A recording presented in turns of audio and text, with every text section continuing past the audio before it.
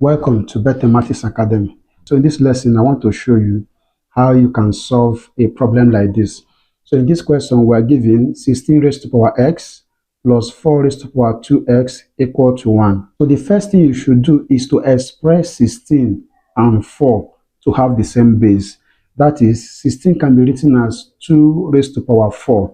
That is, this becomes 2 raised to power 4 x plus 4 can be written as 2 raised to power 2. So 2 raised to power 2 times these 2x will give us 2 raised to power 4x. So 2 raised to power 4x is equal to 1. So since 2 raised to power 4x and 2 raised to power 4x are the same, you remember in algebra that when you have x plus x, this is something as 2x. Okay, so therefore 2 raised to power 4x plus 2 raised to power 4x is something as 2 bracket 2 raised to power 4x, and this is equal to 1. So the next thing to do is to divide both sides by 2. So I divide there by 2. I divide there by 2. So that 2 can cancel out 2, and we are left with 2 raised to power 4x. So it means that 2 raised to power 4x is equal to 1 over 2. Now, you remember the negative power law. Negative power law tells us that 1 over 2 can be written as 2 raised to power minus 1. Okay, so this is the application of negative power law.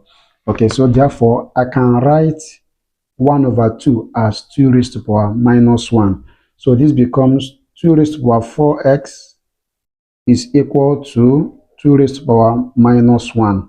Okay, since the base are the same in indices, when the base are the same, we equate the powers. That is, since the base are the same, it means that the powers are equal. So we can now say that therefore 4x is equal to minus 1. That means these 2 has cancelled out these 2. Okay, so this means that 4x is equal to minus 1 divided by 4, divided by 4. 4 will cancel out 4, and we are left with x is equal to minus 1 over 4.